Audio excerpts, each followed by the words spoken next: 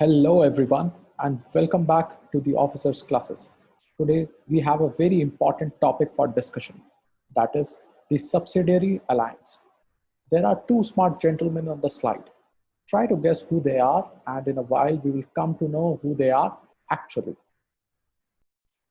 So without further ado, let us start. British had always combined hard power with tactical strategy to make Indian states dependent on them. Divide and rule, doctrine of lapse, dual rule in Bengal, and above all, subsidiary alliance were examples of British tactics to subordinate Indians by creating dependency on the British support. So the first question is, what is subsidiary alliance? Subsidiary alliance is a system whereby a native ruler surrenders his authority to an external power in lieu of military support and security of position. Here, understanding the quid pro quo is very important. The native ruler gives foreign policy a critical element of sovereignty and also a major share of revenue to ensure that he continues to be the ruler. The external power ensures security against internal rebellion and external invasion or attacks. Subsidiary alliance in modern Indian history was conceptualized by Dupleix. Dupleix was a French Governor General at Pondicherry of French East India Company. He supported Indian princes with well-trained French army to extract commercial and territorial favors. This evolved into appointment of French resident in the court of Indian ruler who practically controlled the ruler completely. This was the first form of subsidiary alliance, even though its contours were firmly established by Lord Wellesley, who gave it a definite shape and used it for a major expansion of the British Empire in India. Lord Wellesley did it because the situation was ripe for it. First, the political conditions in India were favorable. Marathas and Mysore had declined in power. Remember, after Third Anglo-Mysore War in 1792, Tipu Sultan had to cede territory and the threat of Mysore had reduced substantially. Similarly, internal struggle among Marathas for Peshwaship and rivalry among Holkars, Scindias, Bhonsles and Gaikwads had weakened the Maratha Empire too. So clearly this was the time when British could expect least resistance for their expansion.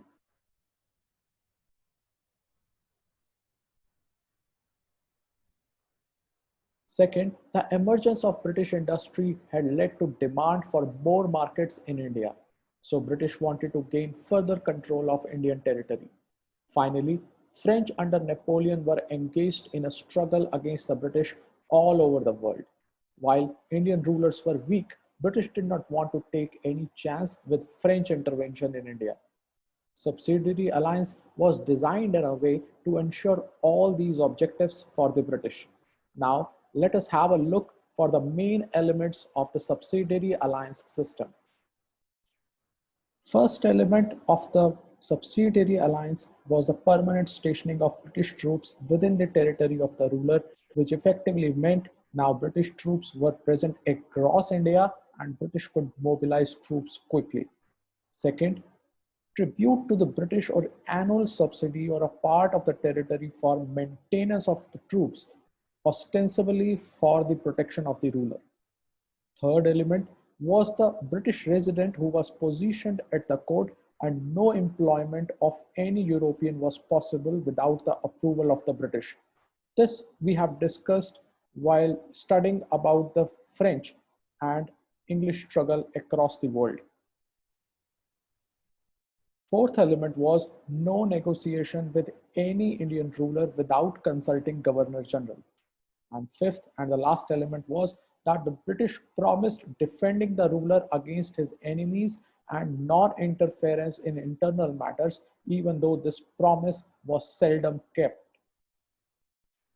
This arrangement had great implications. What it effectively did was that it made Indian states a complete dependent on British. They paid new territory as well as a huge tribute to British to maintain a huge army at no cost to enslave themselves. This was really a masterstroke for British fortune, as Indian rulers could not have independent foreign policy or employ foreign experts.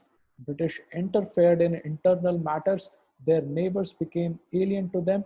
In other words, the subordination of Indian powers was complete. All this because Indian rulers could not see beyond their petty self-interests of saving their own thrones. One after the other, Indian rulers fell prey to British Subsidiary Alliance. Nizam of Hyderabad was the first to accept Subsidiary Alliance in 1798.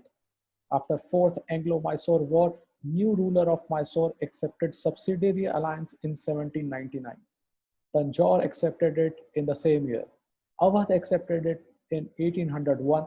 Maratha accepted it after Second Anglo-Maratha War, first Peshwa in 1802 and Scindias and Gaikwads in 1803. Thus, a major chunk of Indian territory fell under British control and an era of darkness started. I would like to thank the officers classes for giving me this platform. For the slides, you can visit the website. Please give us your feedback in comment section.